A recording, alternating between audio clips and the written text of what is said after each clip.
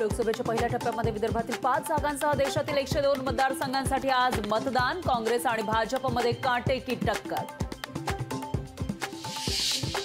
चंद्रहार पाटील आज उमेदवारी अर्ज दाखल करणार. चंद्रहार पाटील शिवसेना उद्धव बाळासाहेब ठाकरे पक्षाचे सांगली लोकसभेचे उमेदवार. महायुतीमधील संभाजीनगरचा लोकसभेचा तिढा आज सुटणार. आज उमेदवारीची घोषणा होणार असल्याची संजय शिरसाट यांची माहिती.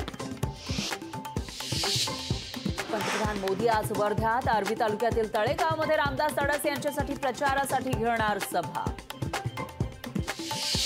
एसटी बसवरील शिवसेनेच्या जाहिरात प्रकरणी आचारसंहिता भंगाची तक्रार. काँग्रेसकडून निवडणूक आयोगाकडे तक्रार. सर्वपक्षीय उमेदवारांची संपत्तीबाबत कोटी कोटींची उड्डाणं. लाखांमध्ये संपत्ती असलेले राम सातपुते एकमेव उमेदवार.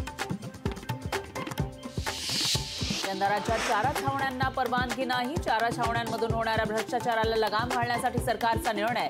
चारा खरेदीसाठी शेतकऱ्यांच्या खात्यामध्ये थेट मदत देण्याचा प्रस्ताव विचारात. दाभोळकर हत्या प्रकरणाचा 10 मे रोजी निकाल. सीबीआय आणि बचाव पक्षाचा अंतिम युक्तिवाद पूर्ण. मुंबई मेट्रो रेल कॉर्पोरेशनची हायकोर्टाकडून कानउघडणी. मेट्रोसाठी केलेल्या वृक्षतोडीवर हायकोर्टाच्या विशेष समितीकडून प्रश्न उपस्थित. गोखले पूल बांधकामातील त्रुटीबाबत अद्याप चौकशीचे आदेश नाहीत. मुंबई महापालिका आयुक्त भूषण गगराणी यांची माहिती.